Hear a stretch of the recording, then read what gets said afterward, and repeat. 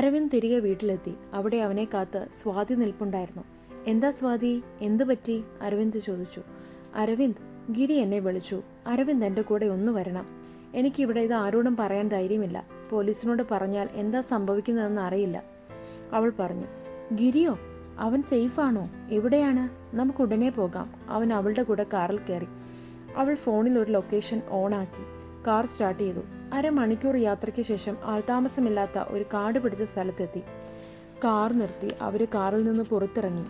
ഇനി അങ്ങോട്ട് വണ്ടി പോകില്ലെന്ന് തോന്നുന്നു. ചെറിയ വഴിയാണ്, നിറയെ കാട് പിടിച്ചു കിടക്കുന്നു. നേരം സന്ധ്യയായി. അവർ മൊബൈലിന്റെ വെളിച്ചത്തിൽ മുന്നോട്ട് നടന്നു. ഇടതൂർന്നു നിൽക്കുന്ന കാട്ടുചെടികൾക്കിടയിലൂടെ അവരിരുവരും മുൻപോട്ട് നടന്നു. അധിക ദൂരത്തിലല്ലാതെ ഒരു ഒറ്റനില കെട്ടിടം കാണാനായി. അല്പം പരിഭ്രമത്തോടെ സ്വാതിയും അരവിന്ദും അതിനുള്ളിലേക്ക് കയറി. മുൻപിലായി അരവിന്ദും അവന്റെ തൊട്ടുപുറകിൽ സ്വാതിയും. ഇടുങ്ങിയ ഒരു വഴിയിലൂടെ അവർ ചെന്നു കയറിയത് വിശാലമായ ഒരു മുറിയിലേക്കാണ്. ഒന്നും കാണാനാവാത്തതുപോലെ ഇരുട്ട്. മൊബൈലിന്റെ വെളിച്ചത്തിൽ അതൊരു പഴയ ലൈബ്രറി പോലെ തോന്നി അരവിന്ദന്. ദൂരെ മാറി ഒരു കസാരയിൽ ഒരാളെ കെട്ടിയിട്ടിരിക്കുന്നതും കണ്ടു. മുഖം വ്യക്തമല്ല. കണ്ണും വായും കറുത്ത തുണി ഉപയോഗിച്ച് മൂടിയിട്ടുണ്ട്. ആ കസാരക്കരികിലേക്ക് അരവിന്ദ് നടന്നെടുത്തു. പിറകിൽ എന്തോ വീണ ശബ്ദം കേട്ട് തിരിഞ്ഞു നോക്കിയ അരവിന്ദിന്റെ മുഖത്തേക്ക് ഇരുമ്പ് വടി കൊണ്ട് ആഞ്ഞൊരടി. അമ്മയെന്ന് വിളിച്ച് അരവിന്ദ് താഴേക്ക് വീണു. അവന്റെ ബോധം പോയി. 2 മണിക്കൂറിന് ശേഷം ഒരു ഞരക്കത്തോടെ കണ്ണു തുറന്ന അരവിന്ദ് കണ്ടത് തന്നെ ഒരു കസേരയിൽ കെട്ടിയിട്ടിരിക്കുന്നതാണ്. തലയ്ക്കും മുഖത്തും നല്ല വേദന. കൈയും കാലും അനക്കാനാവുന്നില്ല. കട്ടിയുള്ള ഒരു കയറുകൊണ്ട് കസാരയോട് ബന്ധിപ്പിച്ചിരിക്കുന്നു. പാതി അടഞ്ഞ കണ്ണ് ഒരുവിധം വലിച്ചു തുറന്ന് അവൻ ചുറ്റും നോക്കി. വായിൽ തുണി വെച്ചു കെട്ടിയിരിക്കുന്നു. മിണ്ടാനാകുന്നില്ല. തൊട്ടടുത്ത കസാരയിൽ ആരോ ഉണ്ട്. ഗിരിയാണെന്ന് തോന്നുന്നു. സ്വാതി എവിടെ? നെറ്റിയിലൂടെ ചോര ഇറ്റിറ്റായി ഒലിച്ചിറങ്ങുന്നു. ബോധം മറയുന്നത് പോലെ. ആരോ മുഖത്തേക്ക് ശക്തമായി വെള്ളം ഒഴിച്ചപ്പോഴാണ് അരവിന്ദ് കണ്ണു തുറന്നത്. മുറിയിൽ അവിടെ ഇവിടെയായി അരണ്ട വെളിച്ചം. എന്നാലും ഒന്നും വ്യക്തമല്ല. ആരോ തനിക്ക് എതിർമുഖമായി നിൽപ്പുണ്ട്. മുഖം വ്യക്തമല്ല. ഒരു കറുത്ത തുണി കൊണ്ട് മുഖം മൂടിയിട്ടുണ്ട്. തൊട്ടടുത്ത കസാരയിലുള്ളത് ഗിരിയാണ്. അവന് ബോധമില്ല. കൈയും കാലുമെല്ലാം കെട്ടിയിട്ടിരിക്കുവാണ്. അരവിന്ദ് സർവ്വശക്തിയും എടുത്ത് എഴുന്നേൽക്കാനാഞ്ഞു. ഇല്ല, കൈയും കാലുമെല്ലാം നല്ല ശക്തിയായി കെട്ടിയിട്ടുണ്ട്. അനങ്ങാനാകുന്നില്ല. മുഖത്തെ തുണി മാറ്റിയിട്ടുണ്ട്. ആരാ നീ? എന്താ നിനക്ക് വേണ്ടത്? അവൻ ആ രൂപത്തോട് ചോദിച്ചു. ആ രൂപം പതിയെ അവന്റെ അടുക്കലേക്ക് നടന്നെടുത്തു. അരണ്ട വെളിച്ചത്തിൽ അവൻ കണ്ടു സ്വാതി. സ്വാതി, നീ? അതെ, ഞാൻ തന്നെ. നീ എന്തിനാ ഞങ്ങളെ ഇങ്ങനെ ഉപദ്രവിക്കുന്നത്? എന്താ നിനക്ക് പറ്റിയത്? അവളൊരു ഭ്രാന്തിയെ പോലെ അലറിക്കൊണ്ട് അവന്റെ അടുക്കലേക്ക് ചീറിയെടുത്തു. നിങ്ങളുടെ മരണം, അതാണ് എനിക്ക് വേണ്ടത്. സ്വാതി, നീ എന്തിനാ ഇങ്ങനെ? ഞാൻ എന്തു ചെയ്തു നിന്നെ? നിനക്കറിയില്ല ഒന്നും? മായ, അവൾ എൻ്റെ ആയിരുന്നു. നീയാണ് ഞങ്ങൾക്കിടയിലേക്ക് വന്നത്. അവൾക്കെൻ്റെ സ്നേഹം മനസ്സിലാക്കാതെ പോയത് നീ കാരണമാണ്. അനാഥാലയത്തിലെ ഒറ്റപ്പെടൽ ആദ്യം അവൾ എനിക്ക് ആശ്വാസമായിരുന്നു. പിന്നീട് അങ്ങോട്ട് അവൾ എൻ്റെ ഒറ്റപ്പെടലിൻ്റെ കൂട്ടായി. ഒടുവിൽ അവൾ എൻ്റെ ജീവിതത്തിൻ്റെ ഒഴിച്ചുകൂടാവാനാവാത്ത ഒരു ജീവവായുവായി. എനിക്ക് അവളോട് എൻ്റെ ഇഷ്ടം തുറന്നു പറയാനായില്ല. അതിനു മുമ്പ് നീ അവളെ എൻ്റെ അടുത്ത് നിന്ന് അടർത്തി മാറ്റി. എൻ്റെ മായ നിൻ്റേതായി മാറുന്നത് ഞാൻ എൻ്റെ കണ്ണുകൊണ്ട് കണ്ടു. നിന്റെ കൂടെ അവൾ സന്തോഷിക്കുന്നത് എൻ്റെ സന്തോഷം തല്ലിക്കെടുത്തിക്കൊണ്ടായിരുന്നു. എൻ്റെ ദേഷ്യം മുഴുവൻ നിന്നോടായിരുന്നു. ഒടുവിൽ വർഷങ്ങൾക്ക് ശേഷം എൻ്റെ ഇഷ്ടം അവളോട് ഞാൻ തുറന്നു പറഞ്ഞു. എൻ്റെ മുഖത്ത് കാർക്കിച്ചു തുപ്പി അവൾ നടന്നു നീങ്ങിയപ്പോൾ എനിക്കത് സഹിക്കാനായില്ല. കയ്യിൽ കിട്ടിയ ഇരുമ്പ് വടി കൊണ്ട് ഞാൻ അവളുടെ പിന്നിൽ നിന്ന് അടിച്ചു വീഴ്ത്തി. ജീവന് വേണ്ടി അവൾ കെഞ്ചി. അവളുടെ കരച്ചിൽ എനിക്ക് ലഹരി പോലെ തോന്നി. ശ്വാസം മുട്ടിച്ച് ഞാൻ അവളെ കൊന്നു, എൻ്റെ ഈ കൈകൾ കൊണ്ട്. അവളത് പറയുമ്പോൾ അവൻ അവളുടെ കണ്ണുകളിലെ തിളക്കം കണ്ടു. ഗിരി എവിടെ? അവനെ നീ എന്തു ചെയ്തു? കൊന്നില്ല. മയക്കുമരുന്ന് കൊടുത്ത് മയക്കിയിട്ടിട്ടുണ്ട്. കൊല്ലാനായിരുന്നു തോന്നിയത്. പക്ഷെ നിന്റെ മരണം ഉറപ്പാക്കിയിട്ട് അവനെ തീർക്കാമെന്ന് തീരുമാനിച്ചു. അവളുടെ വാക്കുകളിൽ അരവിന്ദിനോടുള്ള പക ഇരച്ചു കലങ്ങുന്നത് അവൻ അറിഞ്ഞു. ഗിരി എന്തു ചെയ്തു? അവനോടെന്തിനാ നീ ഇങ്ങനെ ചെയ്തത്? ഒരിക്കലും പിടിക്കപ്പെടില്ലെന്ന് ഞാൻ കരുതിയതാണ്. പക്ഷെ ഗിരിക്ക് അന്ന് തന്നെ എന്നോട് സംശയം തോന്നി. എൻ്റെ മുമ്പിൽ മറ്റൊരു വഴിയില്ലായിരുന്നു. ഇനി നിനക്ക് സമയമില്ല. എങ്ങനെ മരിക്കാനാണ് നിനക്ക് ആഗ്രഹം? എൻ്റെ ജീവിതം തകർത്തത്, എൻ്റെ മായ എന്നിൽ നിന്ന് അകറ്റിയ നിന്നെ ഞാൻ ഇഞ്ചിഞ്ചായി കൊല്ലും. നിന്റെ പ്രാണൻ പോകുന്നത് എനിക്ക് കണ്ട് ആസ്വദിക്കണം.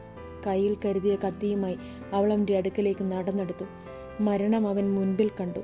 അവൻ്റെ മുഖത്തേക്ക് വെട്ടാനായി അവൾ ആ കത്തി വീശാനാഞ്ഞു. അവൻ കണ്ണുകൾ അടച്ചു. ഠേ എന്നൊരു വെടിയൊച്ച. സ്വാതി മറിഞ്ഞ് പിറകിലേക്ക് വീണു. അവൾക്ക് എന്തെങ്കിലും ചിന്തിക്കാനാവുന്നതിന് മുൻപ് ആന്റണിയും പോലീസുകാരും അവളെ പിടിച്ചു. കൈകൾ പിറകിലാക്കി വിലങ്ങുവെച്ചു. എങ്കിലും അവൾ തോൽവി സമ്മതിക്കാതെ അരവിന്ദിനടുത്തേക്ക് അലറിക്കൊണ്ട് ആഞ്ഞു. പോലീസുകാർ അവളെ പിടിച്ചു വലിച്ച് ജീപ്പിനുള്ളിലേക്ക് കൊണ്ടുപോയി. ആന്റണി വന്ന് അരവിന്ദിന്റെയും ഗിരിയുടെയും കെട്ടുകൾ അഴിച്ചു. അരണ്ട ബോധത്തിലായിരുന്ന അരവിന്ദും ബോധരഹിതനായ ഗിരിയെയും അവർ വേഗം ഹോസ്പിറ്റലിൽ എത്തിച്ചു. 5-6 മണിക്കൂറുകൾ വേണ്ടി വന്നു അരവിന്ദിന് ബോധം തിരിച്ചു കിട്ടാൻ. സംഭവിച്ചതിന്റെ ഷോക്കിൽ നിന്നും മാറാൻ അരവിന്ദിന് അപ്പോഴുമായില്ല. ഗിരിക്ക് മയക്കുമരുന്നുകൾ മാറി മാറി നൽകിയതുകൊണ്ട് അയാൾക്ക് ബോധം വരാൻ ഇനിയും സമയമെടുക്കുമെന്ന് ഡോക്ടർ ആന്റണിയോട് പറഞ്ഞു. ബോധം തെളിഞ്ഞ അരവിന്ദ് തൻ്റെ അടുത്ത് നിൽക്കുന്ന മെറിനെയാണ് ആദ്യം കാണുന്നത്. മെറിൻ എന്ന് പറഞ്ഞ് അവൻ എഴുന്നേൽക്കാനാഞ്ഞു. വേണ്ട അരവിന്ദ്, റെസ്റ്റ് എടുക്കൂ എന്ന് പറഞ്ഞ് അവൾ അവനെ അവിടെ പിടിച്ചു കിടത്തി. ആന്റണി മുറിയിലേക്ക് കടന്നു വന്നു. എന്താ സാർ, സ്വാതി എന്തിനാണ്? എനിക്കൊന്നും മനസ്സിലാകുന്നില്ല, അരവിന്ദ് പറഞ്ഞു നിർത്തി. അരവിന്ദ്, സ്വാതി ഒരു മെൻ്റൽ പേഷ്യൻ്റാണ്. അവൾക്ക് ബൈപ്പോളാർ ഡിസീസ് ആയിരുന്നു. മായയുടെ കുട്ടിക്കാലം അന്വേഷിച്ചു എന്ന ഞങ്ങൾക്ക് മായയോടൊപ്പം സ്വാതിയുടെയും കുട്ടിക്കാലം അറിയാനിടയായി. അവരുടെ അനാഥാലയത്തിലെ ഗ്രൂപ്പ് ഫോട്ടോകൾ മായയുടെ കൈപിടിച്ചു നിൽക്കുന്ന സ്വാതിയെ ഞങ്ങൾക്ക് പെട്ടെന്ന് പിടികിട്ടിയില്ല. പക്ഷേ ഗിരിയുടെ തിരോധാനം അന്വേഷിച്ചു പോയ SI മാത്യൂസിന് സ്വാതിയുടെ ചില പ്രിസ്ക്രിപ്ഷൻ പേപ്പേഴ്സ് കിട്ടി. അത് പിന്നീട് അങ്ങോട്ടുള്ള അന്വേഷണത്തിന് വഴിയൊരുക്കി.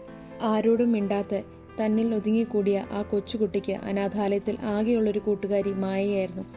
അവളോടുള്ള അമിതമായ സ്നേഹം, അരവിന്ദ് മായയുമായി അടുത്തതിന് ശേഷം അവർക്കിടയിലുണ്ടായ അകൽച്ച, ഇതൊക്കെ അവളിൽ ആ പഴയ അസുഖം പിന്നെയും വളരാനിടയാക്കി. കൊച്ചിലെ വിഷാദരോഗത്തിനടിമയായ സ്വാതിയെ അവിടുത്തെ സിസ്റ്റർ ഇപ്പോഴും ഓർമ്മിക്കുന്നുണ്ട്. മായയായിരുന്നു അവളുടെ മരുന്ന്. നോർമൽ ജീവിതത്തിലേക്ക് സ്വാതി നടന്നു കയറിയത് മായയുടെ കൈപിടിച്ചായിരുന്നു.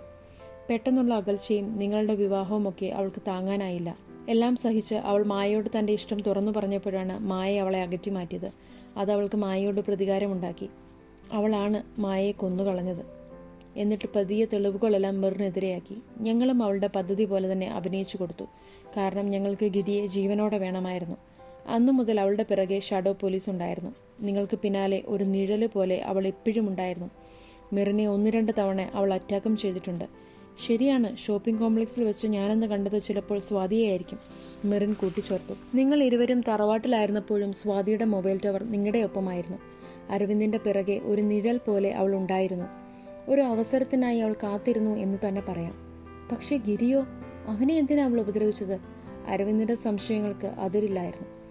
ഞങ്ങളുടെ അനുമാനത്തിൽ ഗിരിക്ക് എന്തെങ്കിലും മനസ്സിലായി കാണും. അതാകാം അവൾ ഗിരിയെ പൂട്ടിയിട്ടത്. അതിനെപ്പറ്റി കൂടുതൽ അറിയാൻ ഗിരിക്ക് ബോധം തെളിയണം. സ്വാതി ഇതുവരെ ചോദ്യങ്ങൾക്കൊന്നും മറുപടി തന്നിട്ടില്ല. നാളെ തെളിവുകളെല്ലാം വെച്ച് കോർട്ടിൽ പ്രൊഡ്യൂസ് ചെയ്യും. അവിടെ നിന്ന് റിമാൻഡ് ചെയ്യുമായിരിക്കും. പിന്നെ മാനസിക നില തെറ്റിയ ഒരു കുറ്റവാളിക്ക് കിട്ടുന്ന പരിഗണന നിയമം അവൾക്കും നൽകും. താങ്ക് യു മെറിൻ, നിങ്ങൾ ഞങ്ങളോട് സഹകരിച്ചതിന്. ഞങ്ങളുടെ ഭാഗത്തു നിന്ന് എന്തെങ്കിലും ബുദ്ധിമുട്ടുണ്ടായിട്ടുണ്ടെങ്കിൽ ക്ഷമിക്കണം. It's okay sir. എന്നാൽ റെസ്റ്റ് എടുക്കൂ അരവിന്ദ്. കുറച്ച് പേപ്പർ വർക്ക് കൂടി പൂർത്തിയാകാനുണ്ട്. അരവിന്ദിന്റെ മൊഴിയെടുക്കാൻ 2 ഓഫീസേഴ്സ് പുറത്തുണ്ട്. ഇപ്പൊ കുഴപ്പമുണ്ടോ? ഇല്ല സാർ, ഞാൻ ഓക്കെയാണ്. എങ്കിൽ ശരി അരവിന്ദ്, കാണാം എന്ന് പറഞ്ഞ് ആന്റണി മുറിക്ക് പുറത്തിറങ്ങി. അമ്മ വിളിച്ചിരുന്നു. കുഴപ്പമൊന്നുമില്ല. ഡിസ്ചാർജ് ആയിട്ട് ഞാൻ അങ്ങോട്ട് കൊണ്ടുചെല്ലാം എന്ന് പറഞ്ഞു. Thank you Merin. ഒന്നും ഓർക്കാനാവുന്നില്ല. എല്ലാം ഒരു ദുർസ്വപ്നം പോലെ. വിശ്വസിക്കാനാകുന്നില്ല ഒന്നും, അരവിന്ദ് പറഞ്ഞു നിർത്തി. അധികം സ്ട്രെയിൻ ചെയ്യേണ്ട അരവിന്ദ്. ഒന്നും ആലോചിക്കേണ്ട. ഇപ്പോൾ കുറച്ചു സമയം റെസ്റ്റ് എടുക്കൂ. അവൾ തൻ്റെ കൈ അവൻ്റെ കൈയോട് ചേർത്ത് മുറുക്കി പിടിച്ചു. അരവിന്ദ് പതിയെ കണ്ണുകൾ അടച്ചു. ശുഭം.